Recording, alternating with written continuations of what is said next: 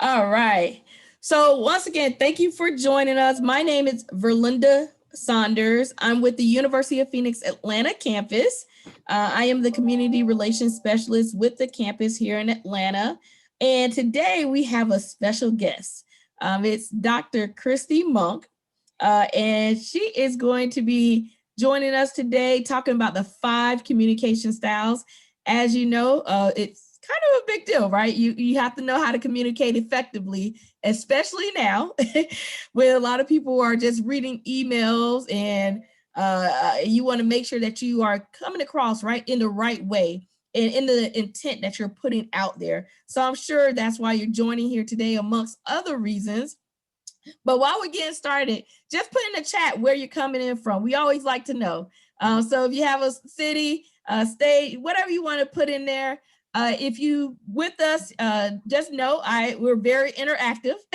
So we enjoy when you use the chat feature. If you have something to say, please let us know, because this session is for you.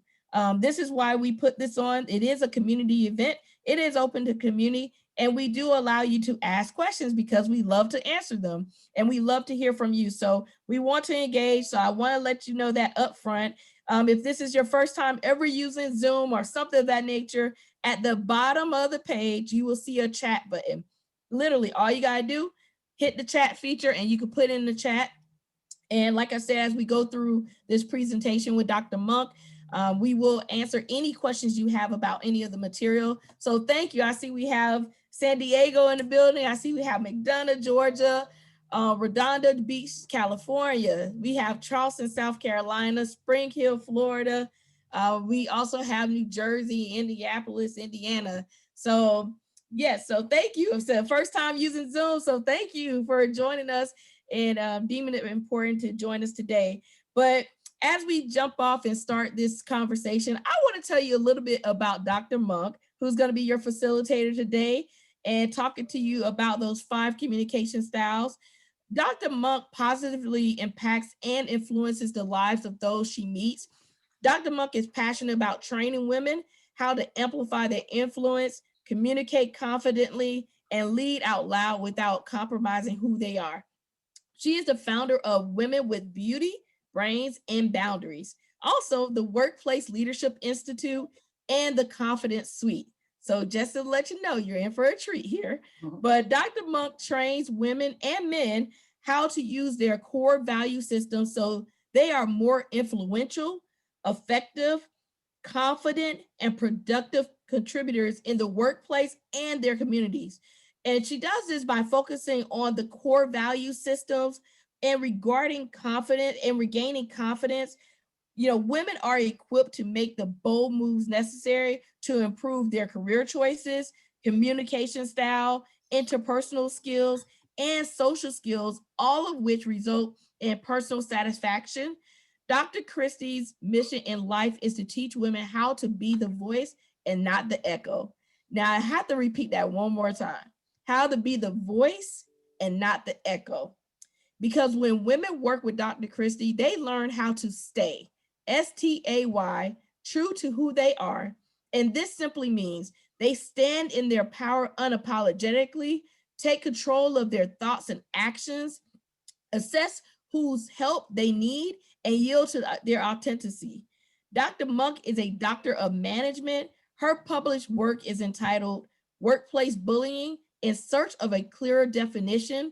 And she is a certified in workplace. She is certified in workplace bullying, workplace mediation, brain-based coaching, the Kersey temperament, the entrepreneurial mindset profile assessment, and life purpose coaching. She is a teacher by nature. So that's why I said, go ahead and make sure to drop your questions in the chat as we go along.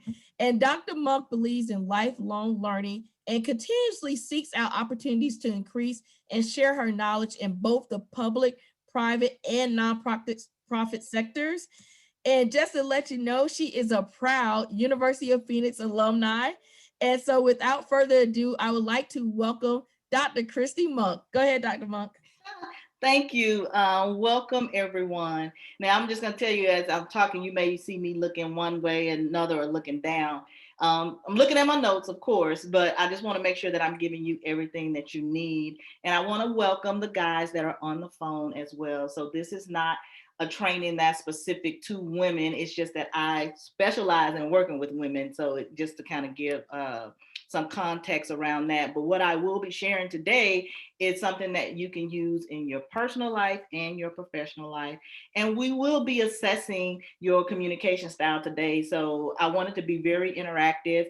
While I have slides to guide our conversation and our time together in this hour, it still is organic. So as Belinda shared, if you have questions, pop them in the chat. We will definitely get to them because I want to make sure that I'm serving you the best that I can. So today we're going to talk about the 5 communication styles. And I know we know the main ones, passive, aggressive, and assertive. But I'm going to add 2 today, 2 different ones. We're going to learn about manipulative and submissive. So today, our purpose is to gain an understanding of the 5 communication styles that I'm going to share here today. Then we're going to assess your communication style, which is an interactive activity. And I'm going to have you to kind of share what came up for you, should you want to volunteer to do that, because that's basically how we learn and grow, when we share. And then we're going to learn some strategies at the end that you can implement to become a more effective leader, not leader, but a communicator. So again, as I mentioned, I'm going to talk about aggressive, passive aggressive, submissive, manipulative, and assertive. And assertive is the sweet spot of communication. So that is what we should all aspire to do the vast majority of the time, because sometimes it's not always possible. So the first style here is aggressive. And I'm going to ask somebody in the chat just to give me an example of someone that would display an aggressive communication style. What does that look like? And you can come off chat, raise your hand, or type it in the comments. So when you think of aggressive communication, what do you think of? What do you think of?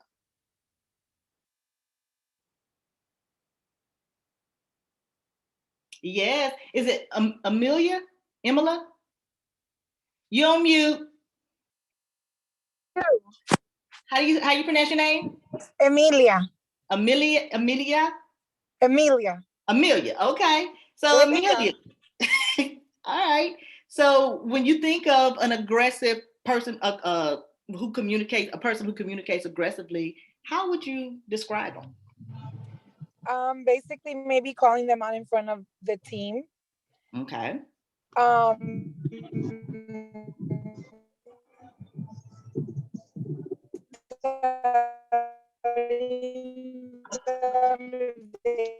If there's something wrong. Hello? Yes. You kind of, you went out. So can you hear me now? Yes. Oh, I'm sorry. I said like calling out, let's say, a team member in front of the other team members. Mm-hmm. And instead of putting them to the side and talking to them about what is going on, you have basically embarrassed them and or made them feel little of some sort. Okay. Great response. Great definition. Anybody else? This is Samantha. How are you doing, Miss Monk? I will agree with what Miss Amelia said. And I do believe also, for an example, if you're trying to address an issue with someone, it is best to pull them aside first, because you never know what that person is going through mentally, emotionally, or anything in that nature. And it also has something to do with the tone in a person's voice, with how you say certain things, with the wording of something. For an example, we're in a Zoom meeting and I could say, "What's up, Miss Monk?" That's really not good. But I could say, "Good evening, Miss Monk." You can see the difference and you can see the aggressiveness. And it also, another thing to add, a controlling thing with it as well. Okay. You are right. So in the chat, we also have anger, overbearing, demanding, is it Farad says company's president is extremely demanding. So it also has something to do with possibly authority figure. And if I think about basically what we've summed up, I mean, through aggressive communication, a person expresses that only their needs, wants, and feelings matter. And the other person can often walk away feeling bullied and their needs ignored. And this would actually cause frustration for that person. And like what we talked about, this is a person who's probably disrespecting you and talking loud in a meeting or in a group of people, or just being straight disrespectful. And then also could be the criticism and the humiliation. And the reason why I want us to kind of walk through the definitions without me just like blurting them out, which they're counterintuitive, but when we start thinking about the times where we've experienced it, we're better able to call it out or address it, within ourselves when we see it. So now we talk about passive aggressive. Who can give an example of passive aggressive behavior? And I can say we do it every day. Every day. So who has an example of passive aggressive? And remember, you can put in the chat, you can come off of mute and jump in, whatever you prefer. My name is Deborah Rhino, and I apologize for joining late. I left another meeting kind of tardy, but that's okay, Deborah. I have a coworker who is really good, and this picture that you have represents the facial gestures that they'll have when people are speaking and they may not be in agreement. Rather than wait their turn to share their opinion, they'll give facial gestures or body language that shows their discontent or they're bored, or they're not really hearing it, or they don't care to hear it. Mm-hmm. So, passive aggressive can be shown in body communication as well as verbally. Oh, thank you. Thank you, Deborah. And what we're seeing in the chat, Jamie says, smiling with a rude tone, rolling eyes, and Samantha says, I have a question about it. So what's your question while we're here, Samantha? And if I say your name wrong, I apologize. I'm going to take myself off of mute. I have a question. Can passive aggressiveness, can it be both positive and negative? Well, it can be dependent on the situation, because there may be times when you're in conflict with someone where it may not even be worth the fight. It's that battle. Sometimes the things that come before us, we can be like, no.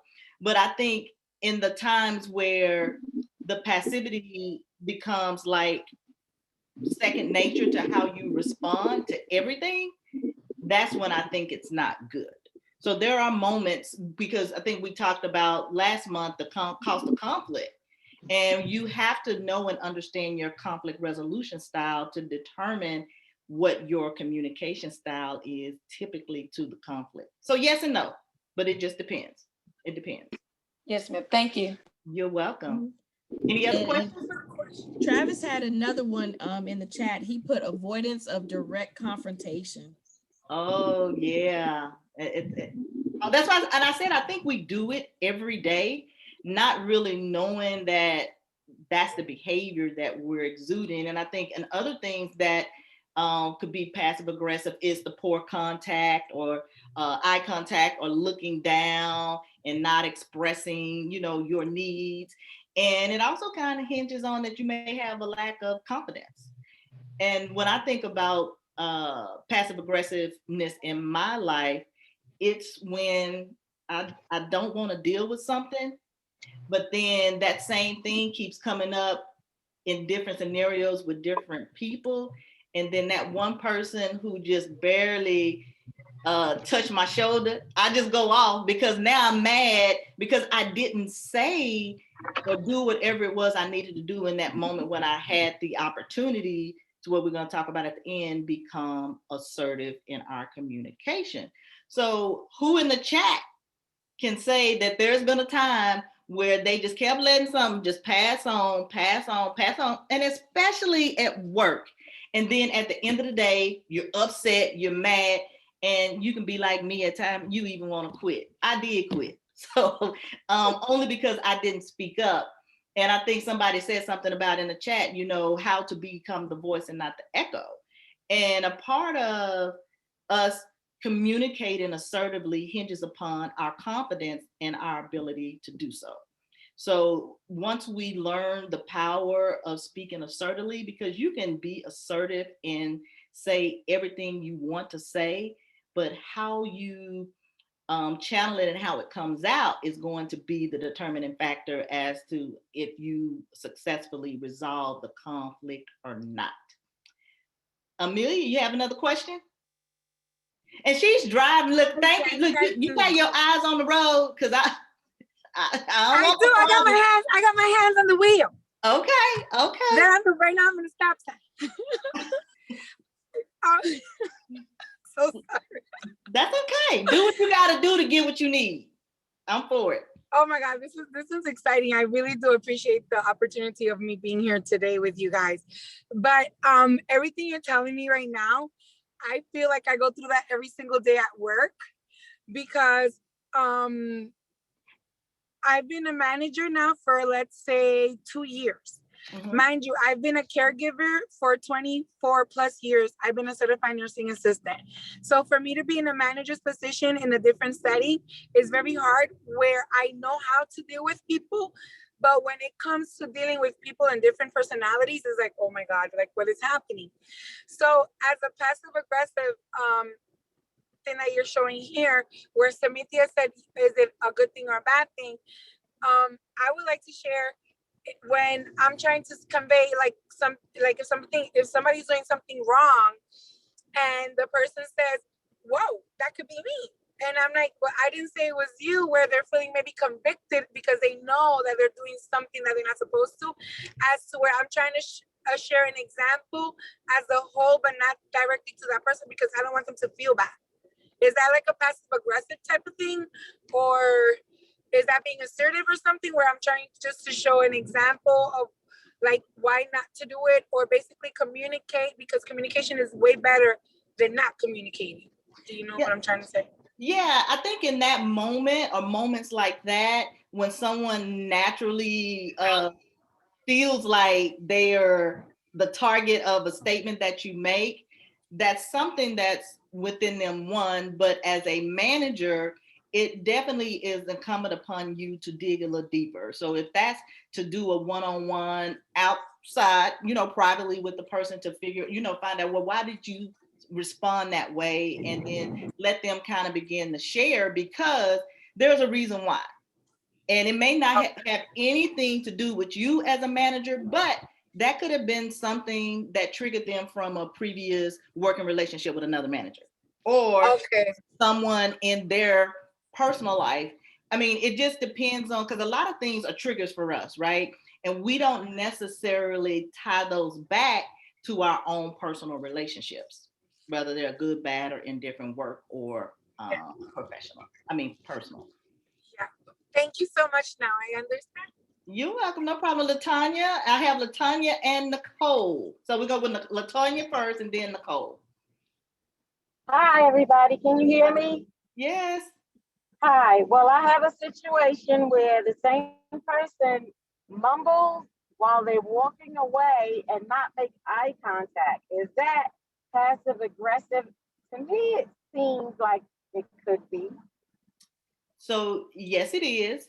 So when a person is unwilling to share, but then they walk away saying whatever, they are being a passive aggressive. And what's happening even in that moment, the further that you get away from addressing the conflict, the more upset they become, right? Like, but you may not know it, and as I don't know if you're a leader or just a peer, it still is incumbent upon you to ask them, is there something that you would like to share?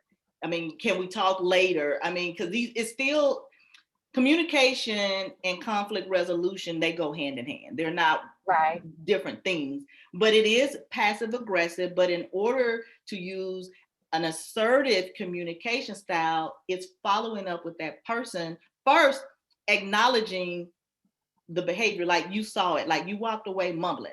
You call it out, you know, not just so you just walked away mad. Well, I wasn't mad. Well, you walked away mumbling, and it was after I said, so you have to really start using your words. You know, as we tell kids, use your words. So what's wrong? And then in that moment, depending on how the person, you know, responds, they may say, well, I'm having a bad day, or it's always like this, or nothing ever changes, and management always does this, or whatever. So then that gives you an opportunity to dig deeper, to begin to uncover what's really going on with that person. Yes, I think that's a great idea. I'm going to use that. I'm going to say, hey, is there something you would like to share with me? Find out how they're feeling, because it came off across rude, and it came off across as maybe they have this mental thing because it keeps happening. I'm like, I'm pretty sure they said something, but not sure if they're saying it to me or about me, because the way they're holding their head down and walking away. Yeah. I'm gonna try that. Thank you.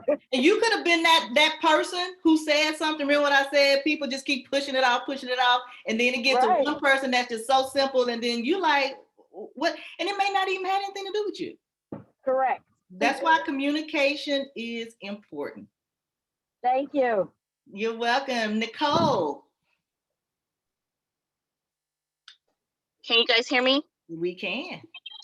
Okay, sorry, just pulled up to my house. So I have a very highly assertive personality and communication style. When I speak to someone, I speak direct, and I like to be talked to directly. But because of that, my tone, or it's not, they always say it's not what you said, it's how you said it. And it's like, that's why I joined the meeting, so I can understand, like, I know we're working on for people to be assertive, but how can someone who's already assertive tone that down?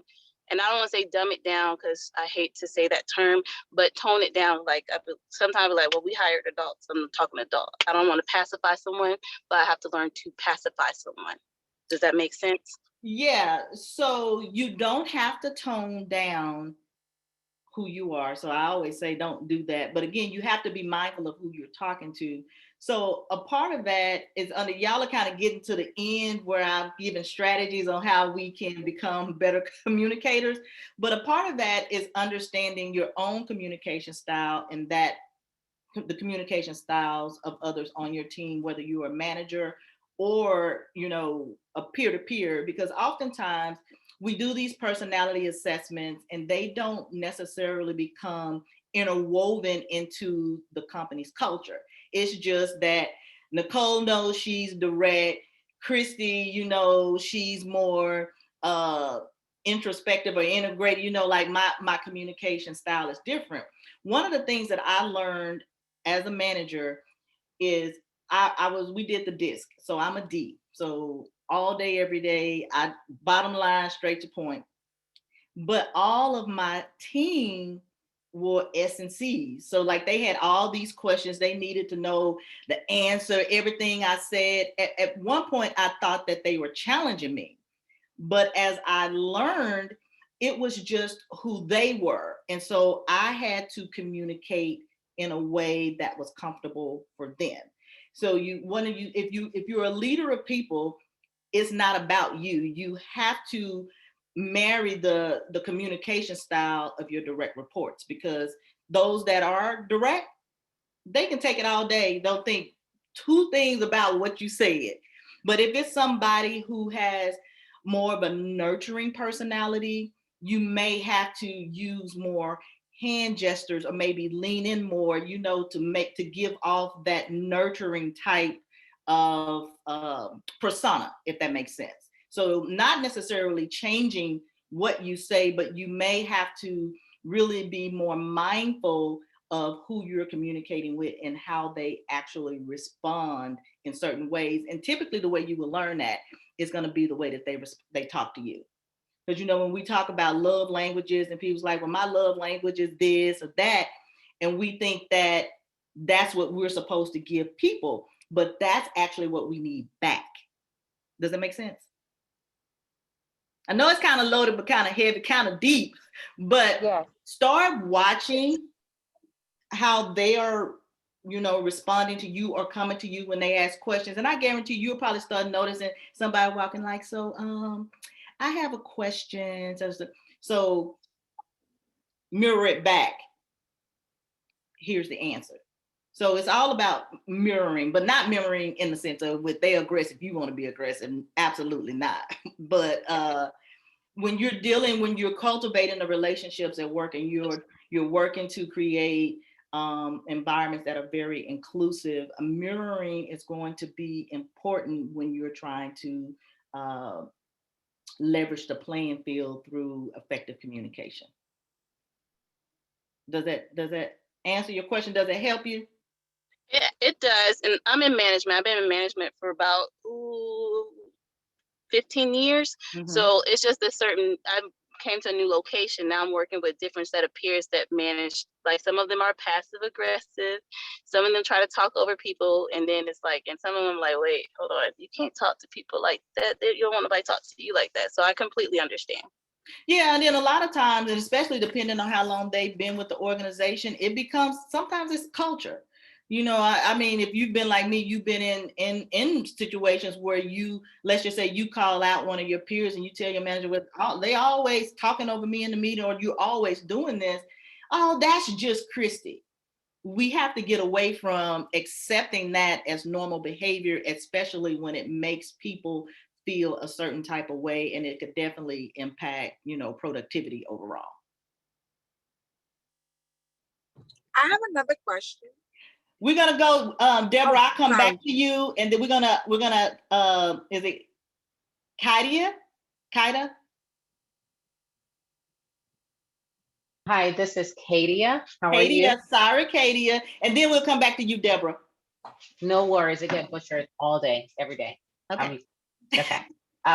So similar to what Nicole brought up. So currently in my new role, this is, I believe, my second or third year as a people leader. Mm-hmm. So under my new leader, one of the things that she mentioned to me in our first meeting, oh, we're just alike. So I didn't take well to it because I know her background and how she communicates. Mm-hmm. So I said, okay, I just kept it as that. And she's like, you just have to be direct with them. You just have to be direct. Whereas that didn't benefit me in my prior position with my prior team. Mm-hmm. I had to kind of tone it down with them. But even with that prior team, I went through a bullying situation with the whole group. Mm-hmm. Where they were so aggressive in meetings, but then out of meetings, they'll go and complain to my manager of stuff that didn't happen. HR was fully aware of everything that happened. Mm-hmm. So how do you handle stuff like that? Well, the first thing I would ask you, does your organization have like any type of mediation practice? One of the things that I do as well, I mediate, and a lot of my mediations are based on kind of like what you just described. You know, it's really more or less about the personality differences. So they don't say a lot, but then they complain. But mm-hmm. I think you also owe it as a peer, and especially if you're talking leader to leader, you have to ask them why. So I noticed that you say X, but then you walk away, and then you got all these questions, and you don't want to say anything, blah, blah, blah. Like, why is that? And naturally, what you may hear is, I'm not trying to lose my job, or this, that, and the other. But then what comes in on the other side of that is their lack of ability to effectively speak up and articulate their thoughts.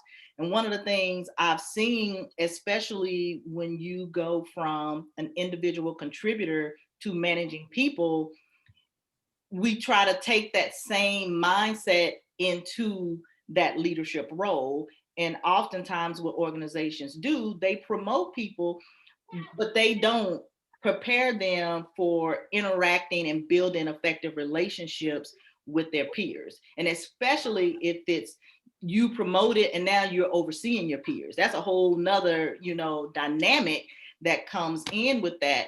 So I think in getting back to your question,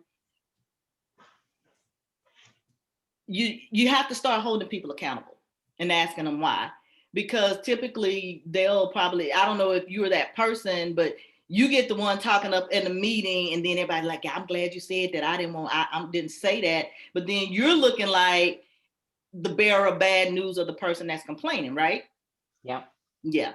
So now it's incumbent upon you to begin to hold them accountable and, say, well, I'm always the one speaking up in the meeting. If you don't speak up, that's not a good exercise for me to say, but sometimes you just have to sit there and see what happens. Yeah, I learned that a long time ago. One of my, probably my third supervisor in the company, she pulled me aside one day and she said, here's what I need you to do.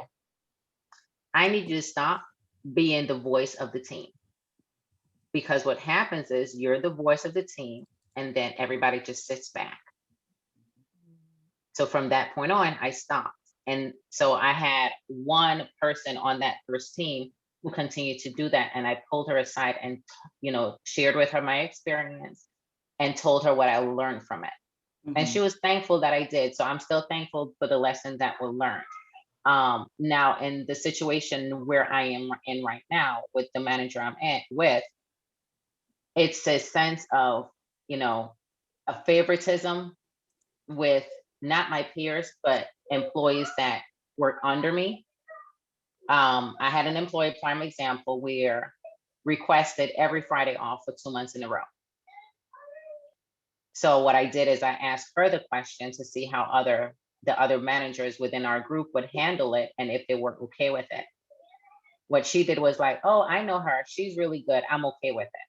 So then I threw it back at her and I said, well, I understand you know her. You've worked with her. You're really close with her. But how would you be okay with it if another representative came and asked for every Thursday off or every Wednesday off, which is their late night? Would you be okay with that? Well, no, I wouldn't be. Well, let's ask her why she wants it off first then, and maybe we can work with her to lessen it. So then she came back to me and told me, well, I feel like you challenge me with everything I tell you. But is it really being challenging her, or is it me just trying to be fair across the board to everyone? Yeah, so I would ask your manager, with her saying that, like, ask her, why does she feel like I'm challenging her? I'm not challenging her. Well, challenge, why does she feel that you are challenging her? Because what it sounds like is, again, just what you said, favoritism. And I had this same situation when I was managing. So I am an individual contributor now, just so y'all know. I don't manage people anymore. So I can speak from both sides. And I had a similar situation where we had the authority to let our teams telework. This was way before all the telework happened. And other managers who have been promoted, and I'm not saying that this is right, wrong, or indifferent, but who have been promoted, but they never managed before. So I'm like, my team saying I need to ride the metro or whatever. And I'm like, oh, okay. And then other managers went to my manager and said, well, Christy, none of her team is never here. Well, one, they were always doing a job. And then I thought, because I was the manager and based on the guidelines, I could make that decision. So she told me, well, you're going to have to ask your team to come in. And I said, but we're in the document, because I showed it to her. It says manager's discretion. And I said, and as a manager, as long as my team is meeting the goals, I don't feel like they should have to come in. And she said, well, you're going to have to ask them to come in. And I'll tell you exactly what I did. I told my team that they had to come back into the office because my manager said it. You see what I'm saying? Like, I wasn't going to take that, because I felt like I was operating in my managerial duties. Yeah. It says manager discretion. But if you're telling me to tell them to come back in because other people don't want to exercise their managerial rights, then okay, I can do that. So that's me even holding her accountable. So if you want me to do it, okay, I'll do it. I don't agree with it. So I told her that by showing her in the policy where it said manager's discretion. And I just had to clarify that I was a manager, right? So I was to say, to the degree that you can always ask questions for clarity so that you know where you stand. And if you do have to ask additional questions for clarity, it's not challenging someone. It's just you are seeking to understand. So even in those events when she's saying to you, well, you're challenging me. Well, no, I'm not challenging you. I'm just seeking to better understand, next steps. So you still have to manage up. Even as a manager, you have to manage up. So everybody Yeah, and report to somebody. yeah, because prior to me meeting with the representative, she jumped me and went and called the young lady and discussed it with her. So by the time I got to the young lady, they've already had the conversation. And that's With kind of them. undermining as well. Yep. Okay. So yeah, managing up, I think there's still that opportunity to manage up. And then you can also, now I hate to use the word call her out, but still have that conversation, even if it's during your one-on-one time, they ask that typical question, so like, is there anything that you need from me, or what can I do? Well, yeah, I would really like to better understand the best way to approach certain situations where some people may want to be off and others may have to prove, certain things. So like, how do we be more, start using the words inclusive to make sure that everyone feels fair and that we're equal across the board? Because sometimes you have to call people out in the sense of they may not necessarily realize what they're doing. And then on the other side of that, it's like people manage out of what they've learned. So if they had a manager who did that and that's what happened to them and that's how they got their career, they think that that's more or less like the cyclical approach to managing. Mm-hmm. Okay. So, I appreciate it. Thank does it you. help? A lot, yes. I took notes down. I'll be using it. All right. Good discussion. So the next one we have is submissive. So I told you it's just going to be just a little different.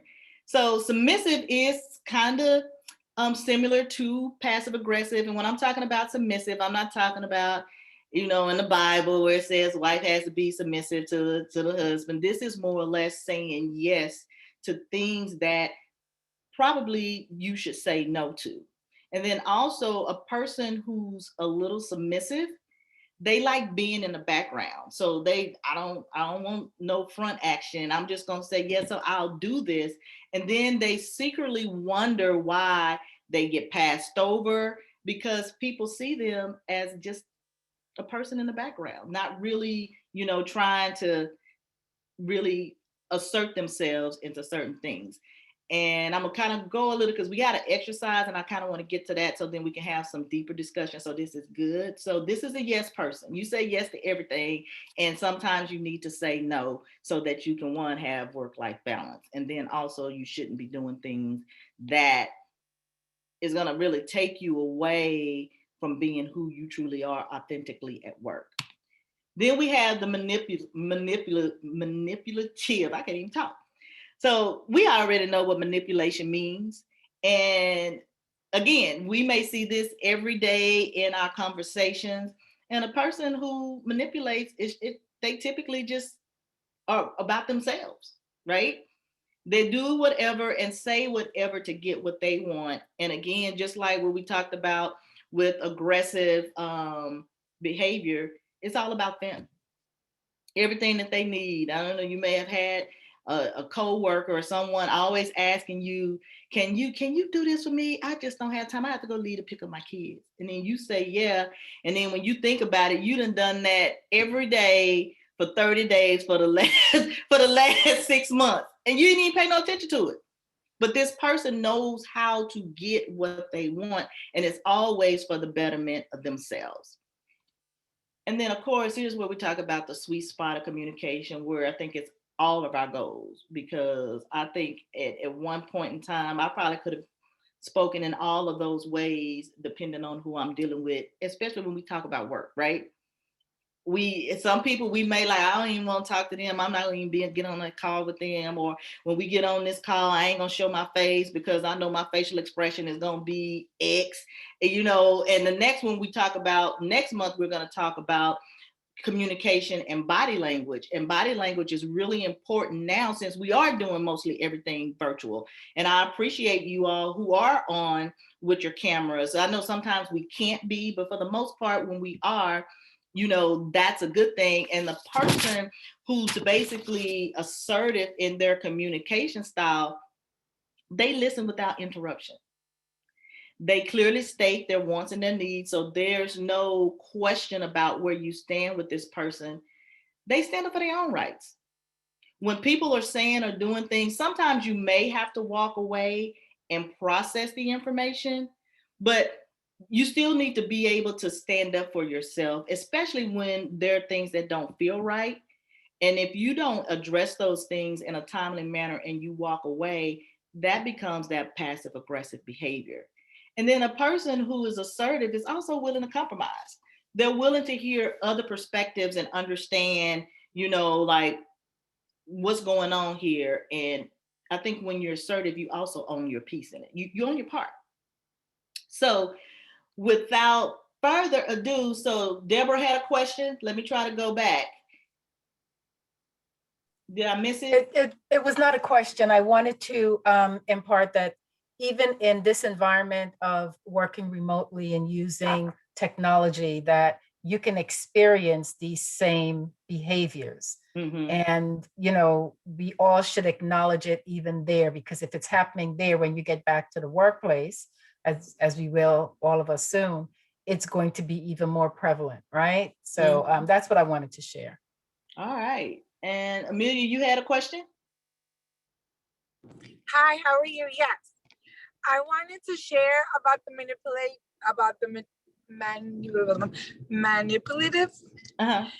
and submissive. Mm-hmm. I can say personally, I think I've done more submissive than manipulation, because I'm always saying yes to everybody. So recently, I'll do this real quick because I know it's time constrained. Usually, recently we just had a changeover with directors. So my director that I was under for 3 years, all she ever did was manipulate me into doing all her stuff, of course. And me, again, I've been in the position for 2 years, but technically I've been in the department for 3 years. So within 1 year, I grew to being every 3 or 4 months, I was in a new position. I learned every single position in the department that I am now. So I know how every role works. So basically what I'm trying to say is that because I said yes to everything, she knew how to manipulate the situation to her best interest, as to where I'm going to say today, I was in a meeting with her and my new current boss, where I wish I was taught what I needed to learn within the last 3 years of what I need to learn now, because I feel like I'm incompetent because I don't know what's going on with this new program that they're trying to show me. And something that she had the opportunity in teaching where she didn't, because I was busy doing other stuff, if you know what I'm trying to say. Mm-hmm. So basically submissive, that's so me right there. And manipulation was my ex-boss for sure.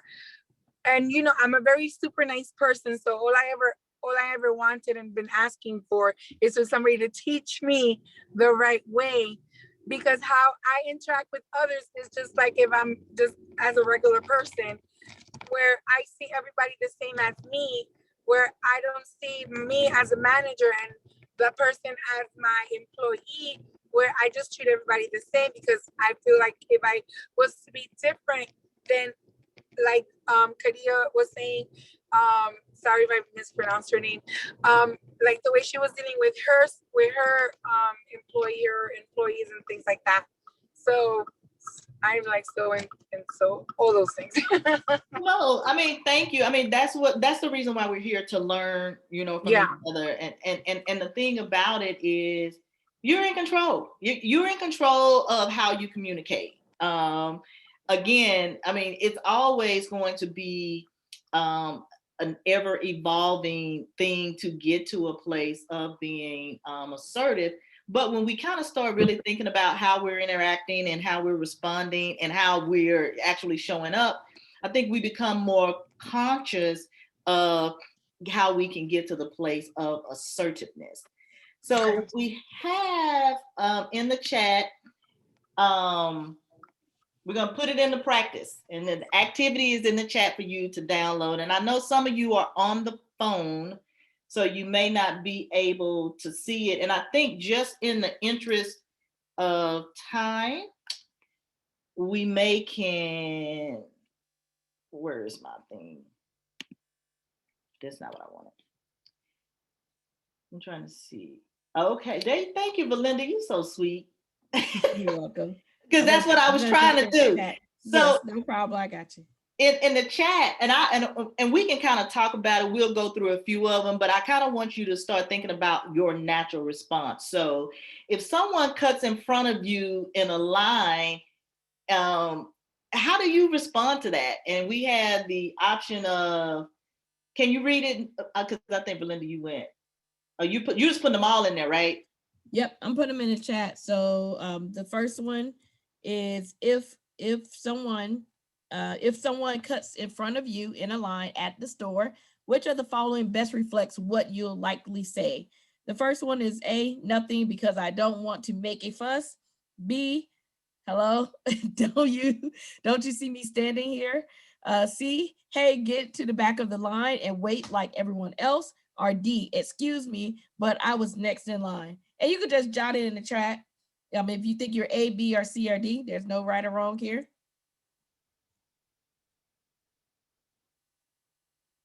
Thank you. Then the next one. We got a lot of D's. Oh, we got a lot of B's. We got a lot of D's. D's. D as a dog. Yeah. Okay. Yep. And excuse me, but I'm next in line is assertive. Yep.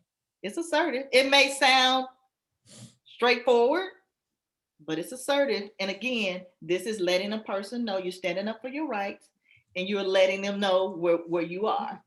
And so the next one, there we go. You're in a meeting where the team is discussing a course of action you disagree with. What are you most likely to do? A, say nothing because most of the people like the idea. B, ask if they got the idea from Easter Bunny or Santa Clara because they're all delusional. C, tell them they're nuts if they think their plan is going to work. Or D, express your concerns as clearly as possible. Now, be honest. Be honest. Just based on some of the things that we've shared, be honest. B or D, okay. We got a mixture again. We have a lot of D's and A's here. So, and professionally, D. I like that. All right. Yeah, okay. Here's the next question. You're meeting a friend at the movies. Your mother calls, asking you to come help her hang a picture right away. What are you most likely to do? A, head to your mom's, calling your friend on the way to say you'll be late. B, say, why don't you call your precious son? He's your favorite. See, I say that like I've experienced it, right?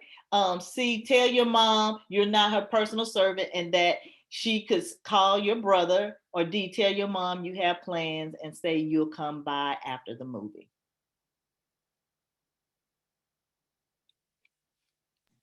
Okay, so it seems pretty consistent. We have a B in there in the middle.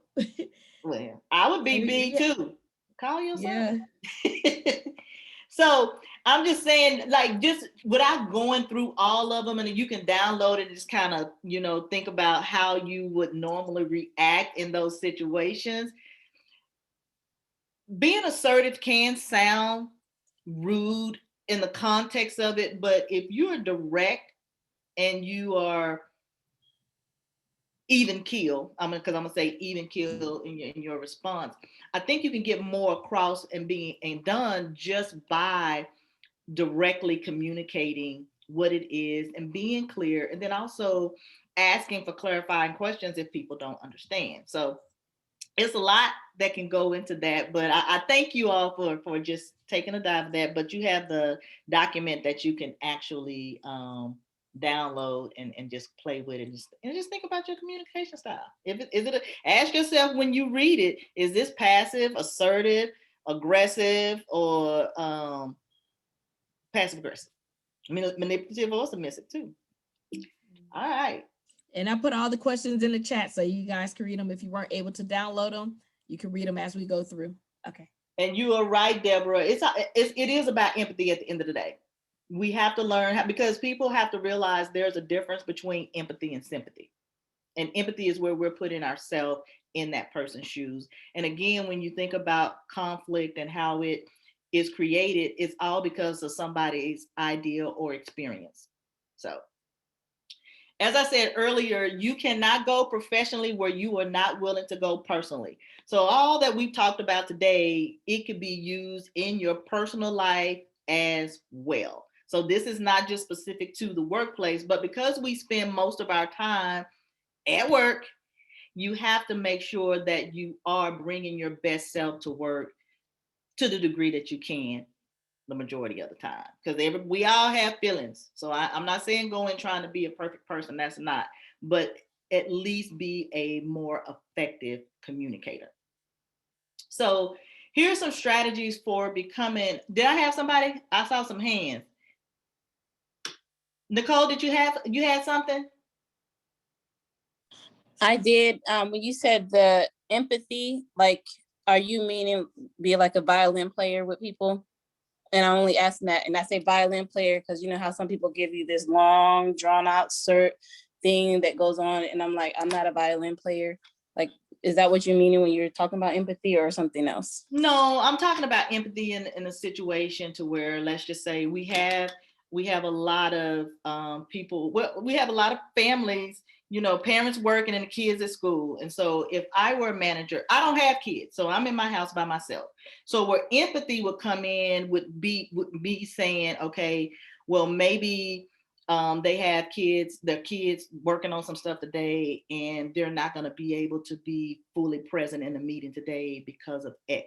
So I'm putting myself in that person's shoes to kind of understand and be a little bit more understanding. But I'm not talking about empathy where you be like, oh, well, woe is me or woe is you. But if someone is sharing something with you, and it could be a reason why they're not showing up fully as themselves, or they have an issue or a concern, or something that happened in their past that has triggered them to be some type of way at work, is really trying to take the time to listen and understand where that person is coming from.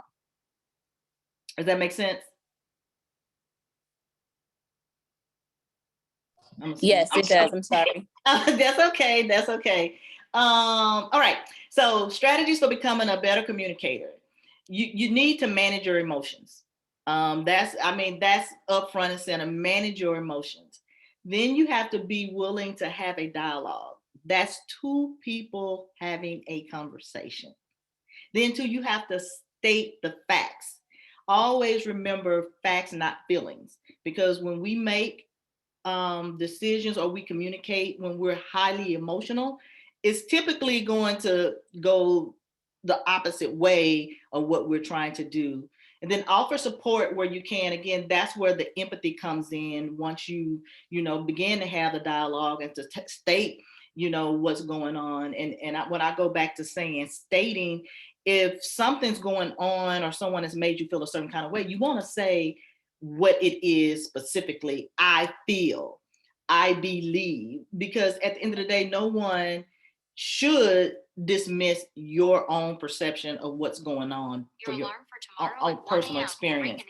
And then focus on what the outcome should be. And then if you have to develop a plan, that how we're going to do X, Y, or Z, and then follow up. Then strategies for leaders. You always have to create a safe space. And sometimes that's difficult just because of the environments that we're in now, but you have to make others feel safe and being willing and to open and talk to you. And again, it's a dialogue. You should talk to and not at. And then you also should be open to feedback. And it's just like the example that was shared earlier, the manager is asking, like, why you always challenging me? Well, that should be a two-way conversation, and they should be open to you saying, because it's showing favoritism, and we have to make sure that we're being fair and equal across the board. Now, tools for success. So how do we do that? I talked about personality assessments. There are many of them out there. DISC, Keirsey Temperament. I actually have a Keirsey Temperament assessment. If you would like to take that, that's something you can do to better understand who you are and how you show up in the workplace. Tap into your emotional intelligence. You know, that's awareness, that's motivation, that's your social awareness and your social skills. And then conflict resolution strategies, they tie directly into your communication style. So if you're passive aggressive, that's probably a lose-win. So you have to really understand what your conflict resolution style is. And again, like I said, we did that last month. And I believe we had an exercise around understanding the cost of conflict. And then for the month of March, March is Women's History Month, I will be launching a 31-day challenge called the Month of Yes. And it's inspired by Shonda Rhimes' book, The Year of Yes. And this is where you would take this time to say yes to anything that's causing you fear, anything that's keeping you from reaching that next level as a part of your bold move. So if you're interested in joining, it's free. I have the journal for you and everything that's going to come with it. And it's just bit.ly/month of yes. And then, can you say that again? Because I'm already reading this book. I'm excited. Can you do that again? She got it. She reading it. bit.ly. So http, then bit.ly/month of yes. Thank you. You're welcome. I hope you join us. All right. And I'm then going to turn it over to my fearless co-leader, Verlinda. Well, once again, Dr. Monk, you never cease to amaze me. Thank you so much for just dropping your knowledge, dropping your experience as well, right? Sharing it with everyone here today and giving back. And for those who are University of Phoenix students or alumni, make sure you check out Phoenix Link, because as you know, we do offer career services for life, which essentially means we help you with career planning and development as well. You can set up one-on-one appointments. So please take out time to go on your Phoenix Link website. And then the next one, we're going to talk about, of course, if you want to learn more about the University of Phoenix, if you're interested in more degree programs, how we're, if you're thinking about single courses, any type of certificates, we do offer it. Feel free to reach out to me. Also, if you have your smartphone, you could open up your camera and take a picture of this, and it'll take you right over to our page. And also, I'm going to put some stuff in the chat here, so that way you have access to it. So if you are interested in learning more and you want to request information about the University of Phoenix or our programs, please do so. Ooh, did you get it? And then the big thing here is we also want you to share your feedback. What I mean by that, the reason why we're able to offer these monthly, these weekly, actually every single week, we, I try to, bring people together and just offer some knowledge and information to the community. The reason why we're able to keep this going is because of you. And if you want, and I would love for you to take out some time and click on the link in the chat. I put the workshop survey, and please give us your feedback. Let us know what we're doing right. Let us know what we need to improve upon. If there's also other topics that you want us to talk about, please let us know, because we have this for you, and this is literally for you and by you. And the other big things that we do have, like I mentioned, weekly events.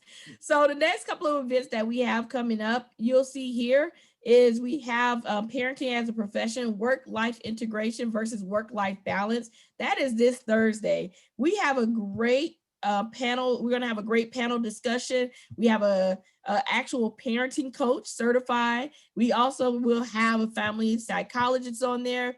So if you're like me, I have 2 little ones at home, and you're just balancing all, and everything seems like it's blending together, and you want to come out and learn some more tips and tricks, feel free to join us.